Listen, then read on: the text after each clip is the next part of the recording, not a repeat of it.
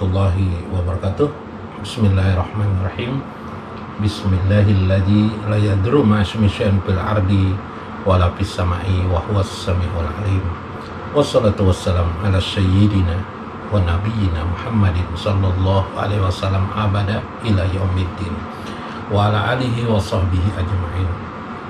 Saudara sekalian yang berbahagia, mudah-mudahan para hadirin sekalian Allah Subhanahu wa Ta'ala selalu membukakan ma'rifahnya kepada kita sekalian sehingga kita makin mengenali Allah Subhanahu wa Ta'ala.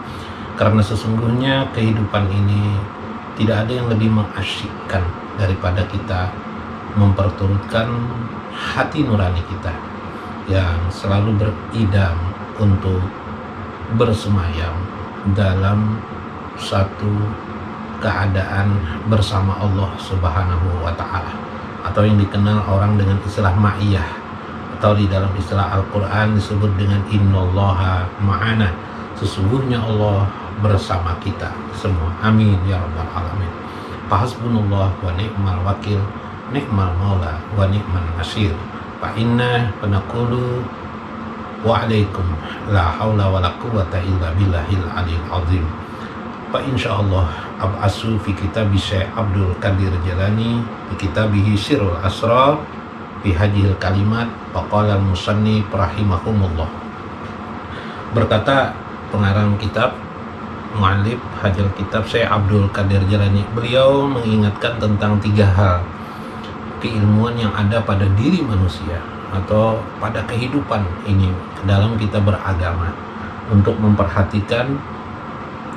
dengan memperhatikan apa yang disampaikan beliau ini menjadi jelaslah posisi-posisi sesuatu, sehingga dengan melihat posisi-posisi tertentu itu kita dapat yang mana yang kita ambil untuk hidup kita, dan tentu saja adalah untuk akhirat kita, yang mana kita sesuaikan dengan keadaan-keadaan tertentu dalam kehidupan ini. 3 ilmu itu beliau katakan awal. Kata beliau, Fakusima ala salasati aqsam, maka terbagilah ilmu itu atas 3 keadaan. Pertama, al-qismul awal, bagian yang pertama adalah ini yang paling bagus, paling tinggi. Ini hanya ada pada derajat para aulia Allah. Apa sih pekerjaan para arif billah itu ya? Al-qismul awal wahwa lubuha, ini adalah ilmu substansi, ilmu hakikat, ilmu ma'rifah hakikat, ilmu inti dari semua syariah itu. Inilah intinya. Jadi inti dari semua keilmuan syariah yang dipelajari, tarekah yang dipelajari, inilah bagian yang pertama. Kata beliau, inilah yang memang sangat jarang ada, tapi kalau ada kita ambil pengetahuan-pengetahuan tentang masalah seperti ini, karena bagian ini menjadi sangat jarang dibahas orang dikarenakan kegaifan-kegaifannya.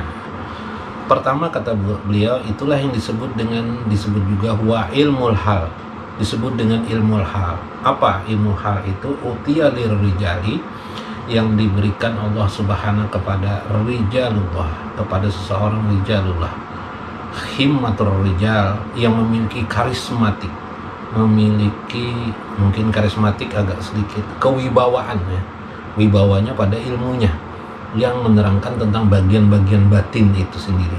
Kama qala Rasulullah sallallahu alaihi wasallam, sebagaimana Rasulullah sallallahu alaihi wasallam bersabda, himmatur rijal taqla'ul jibal, kewibawaan rijal atau aulia-aulia Allah itu taqla'ul jibal, bagaikan mencabut gunung.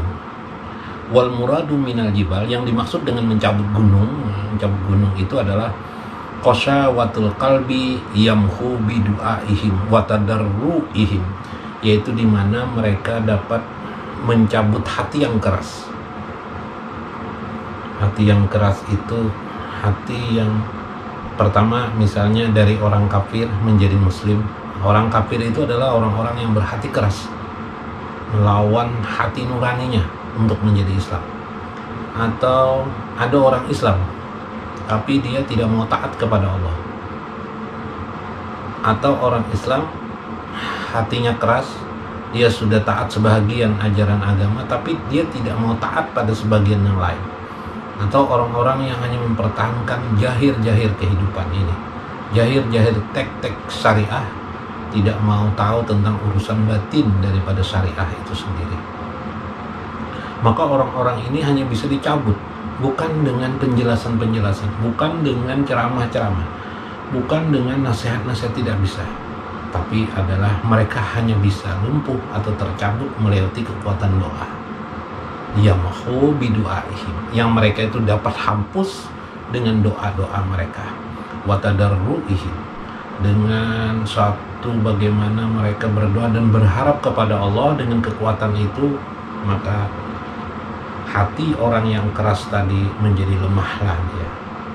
Inilah yang terjadi pada masa Rasulullah SAW.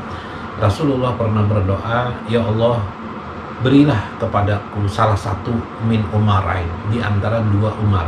Nah itu kan dalam hadis Nabi, satu Umar Ibn Khattab mungkin, atau Umar Hisam ya. Umar Hisam itu namanya Abu Jahal waktu itu. Karena dua tokoh ini berpengaruh di masyarakat Quraisy ketika itu. Karena itu Rasulullah, sementara mereka memiliki hati yang keras, tidak mungkin mereka menerima Islam.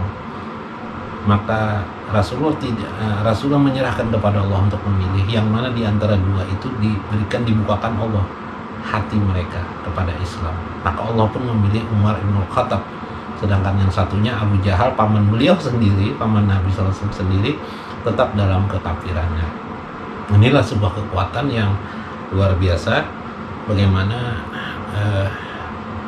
Nabi ya, sebagai ar-rijalullah ya, sebagai orang yang menjadi contoh bagi rijalullah yang memiliki himmatul aliyah, kekuatan yang luar biasa pada dirinya, kekuatan yang sangat tinggi, menggunakan doa. Demikian juga ketika Nabi berdakwah ke Taif, kemudian dilempari batu, lalu Nabi berdoa, Allah mahdihim fa innahum min qaumi. Ketika beliau dilempari, beliau membalas dengan doa. Kekuatan doa beliau ini dengan mengatakan kepada, ya Allah, beri hidayah mereka, karena sesungguhnya mereka juga adalah kaumku.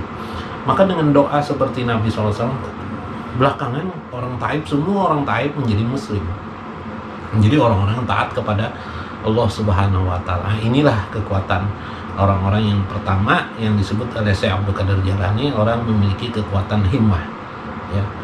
Sebagaimana firman Allah dalam Quran surah Al-Baqarah ayat 269, wa may yu'tal hikmata, barang siapa yang diberikan hikmah kepadanya, faqad utiya khairan katsira, maka baginya utiya diberikanlah khairan katsira, kebajikan yang banyak. Subhanallah. Para pemerhati sekalian yang mencintai Allah Subhanahu wa Ta'ala, para muhibbin, mudah-mudahan Allah memasukkan kita semua di dalam golongan yang pertama ini, mencintai ilmu yang pertama ini, dan kita dapat mempraktekkannya dalam kehidupan kita sehari-hari belajar, di mana kita lebih berupaya mengupayakan kekuatan batin kita ketimbang sekedar lahiriah dalam kehidupan sehari-hari. Apa saja, mungkin dalam masalah rezeki, dalam menyangkut masalah-masalah kita punya anak, bagaimana memperbaiki mereka, bagaimana mungkin kita dengan teori-teori ilmu-ilmu bermacam-macam pengetahuan harus begini ya, sekarang belajarlah untuk menggunakan basirah kita, hikmah, kekuatan batin kita, mendoakan mereka. Nah ini luar biasa sebuah cara. Doakan saja mereka diulang-ulang, mukarraran, berulang-ulang, maka hati-hati mereka yang keras itu menjadi lemah. Mungkin kita punya istri yang cerewet, mungkin kita punya istri yang menyebalkan hati, mungkin menurut sebagian orang mungkin menyebalkannya. Kalau memang keadaan begitu, berdoa, angkat tangan, berdoa kepada Allah dan kekuatan hikmah sebagaimana dilakukan oleh para aulia Allah. Itulah yang dikerjakan oleh para aulia Allah, kata Syekh Abdul Qadir Jailani. Mereka tidak banyak bicara, mereka adalah dengan kekuatan batin yang mereka berdoa kepada Allah. Orang-orang seperti inilah yang orang-orang pada tingkat tertinggi, yaitu berada pada level inti daripada syariah itu sendiri. Subhanallah, indah karim. Mudah-mudahan Anda yang sudah memperhatikan hati dalam hidup ini, perhatikan sanubari, itu berarti orang-orang yang sudah memasuki pola-pola kewalian atau cara hidup para wali Allah, cara orang-orang yang dekat di sisi Allah Subhanahu wa taala. Subhanallah. Waqas musani yang kedua adalah pembagian yang kedua ialah kasru zalikal lub, yakni kulit daripada yang batin tadi, kulit daripada yang batin, kulit daripada isi. Jadi ibarat mangga, kulitnya mangga. Kalau yang pertama itu adalah para rijalullah, para aulia Allah, itu adalah isi. Dia memiliki kekuatan isi. Pada yang kedua kulit. Nah, kulit. Nanti beliau jelaskan di sini bagaimana kulit. Nah, kulit ini siapa? Kulit daripada isi. Utiya lil ulama izahirah. Itulah para ulama-ulama zahir, ulama-ulama yang zahir, yang melaksanakan syariat secara zahir. Nah, itu ulama itu bagus juga kulit itu.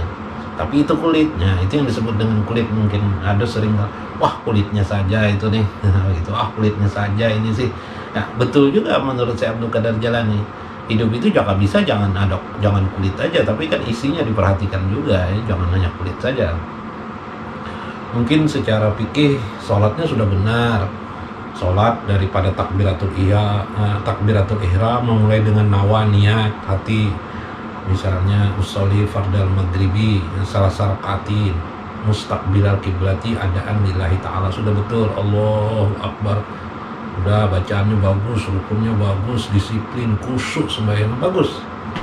Tapi ini kan sekali lagi itu kulit. Isinya apa? Isinya apakah sudah bagaimana memposisikan hati yang sesungguhnya kepada Allah Subhanahu wa taala, itu juga yang harus dipelajari seharusnya. Tapi kan ini sulit ilmu ini. Karena itu bagi orang kebanyakan kita muslim ya, yang johir itulah yang dulu yang dipelajari. Ya memang begitulah keadaannya, kata Syekh Abdul Qadir Jalani.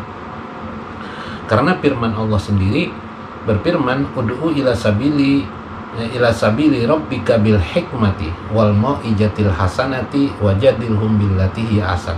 Tingkat yang pertama itu adalah mengajak orang dengan cara hikmah. Nah, pada tingkat ilmu yang pertama al-lub tadi itu, yaitu ilmu hal, itu adalah ilmu hikmah. Itulah yang firman Tuhan, ajaklah manusia dengan cara hikmah. Para aulia Allah mengajak orang kepada Allah dengan cara hikmah. Sementara yang kedua, para ulama johir, pada kebanyakan ulama-ulama johir itu mengajak orang dengan yang disebut dengan wal mau'izatil hasanah. Mau'izatul hasanah, nasihat kebajikan. Nah, nasihat kebajikan itu pada dasarnya adalah ulama-ulama zahir. Beliau menyebutkan wahwal mu'azatul hasanah, mereka itulah yang melakukan yang disebut dengan penasehatan kebajikan, yaitu memberi nasihat kebajikan, wal amru bil ma'ruf wan nahyi, kemudian mereka memerintahkan untuk berbuat ma'ruf dan nahi mungkar, ya, melarang sesuatu yang dilarang oleh Allah Subhanahu wa taala, itu jangan dilakukan. Sebagaimana Rasulullah sallallahu alaihi wasallam bersabda, nah ini Rasulullah SAW pernah bersabda, al-alim ya'izu bil ilmi wal adabi. Orang alim itu memberi nasihat dengan ilmu dan adab. Jadi memang itu sangat bagus, dengan ilmu dan adab. Tapi itu memang kulit, memang itu kulit ya, tidak bisa tidak, ya itu bang kulit, ya itulah kulit. Wal jahilu ya'iju bidorbi wal ghadab.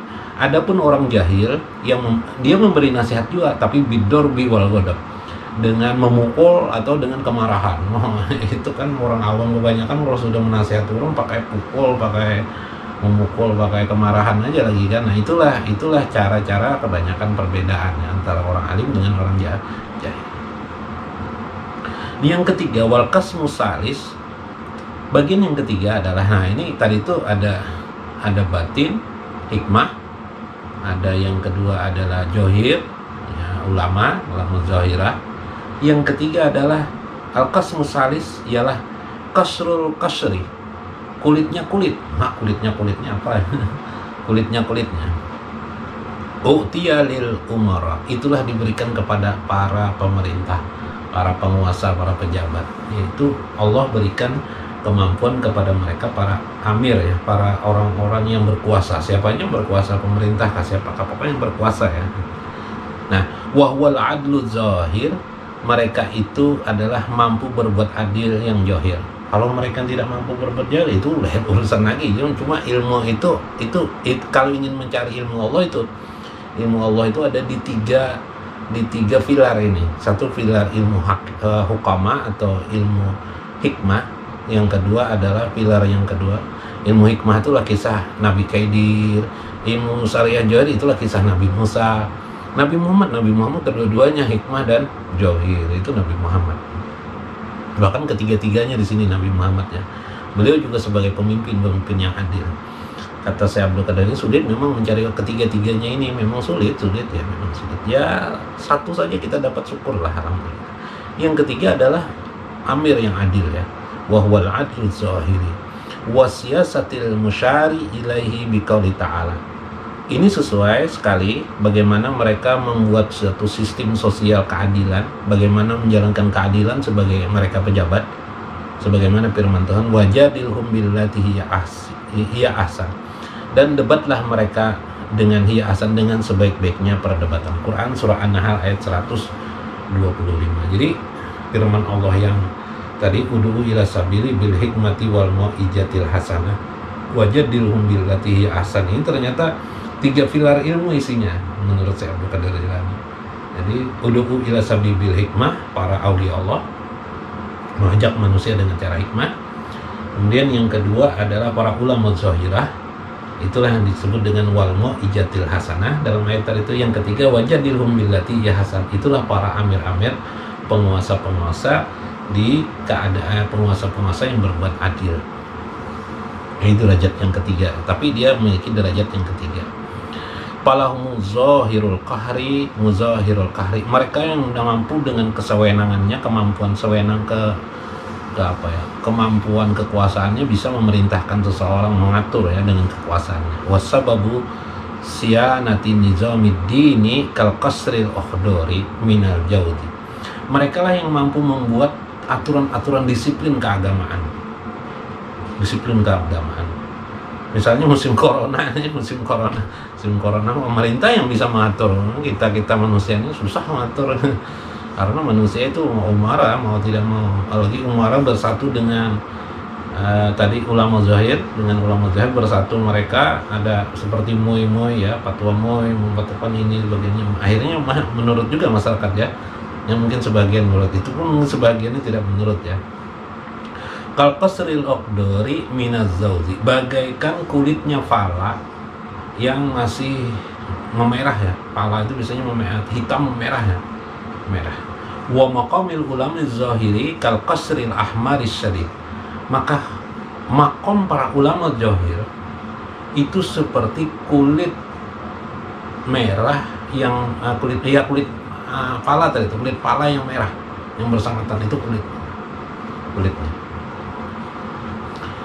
Di atas kulitnya apa? Di atas kulit itu para penguasa yang adil, bungkus kulitnya. Kita punya mangga misalnya atau pala, ada kulitnya, ada isi di dalam, bungkusnya ini adalah umara gitu maksudnya.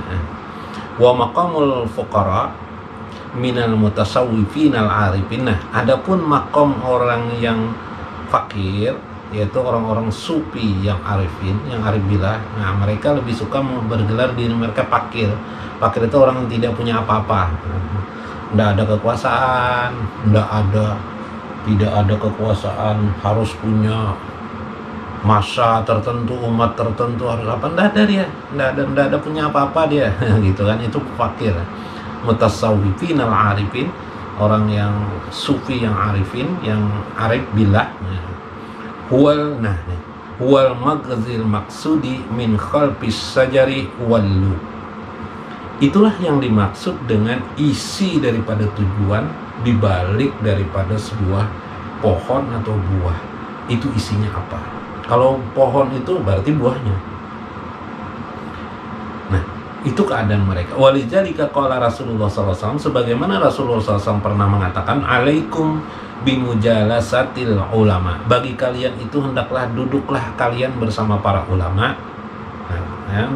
Nah, kalian kalau duduk bersama ulama, maka kalian akan menjadi orang terkena minyak harumnya atau harumnya, menjadi baguslah kalian. Wastima'il kalamil hukama, dan dengarkanlah ucapan-ucapan para hukama, yaitu para ahli hikmah. Nah, jadi kalau ingin memperbaiki hati kita supaya kita lebih taat kepada Allah, supaya kita lebih dekat kepada Allah, supaya kita ingin selalu mencintai Allah, memelihara kecintaan kita kepada Allah, ridho kepada Allah, lebih mengutamakan kepada basirah kita, wastima'il hukama, maka dengarkanlah para hukama, para ahli-ahli hikmah.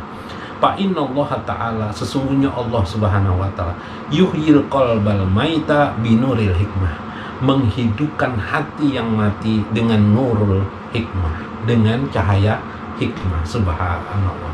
Jadi kalau hati kita ini mati, lebih baik kita dengarkan istimah para hukama sehingga hiduplah hati kita.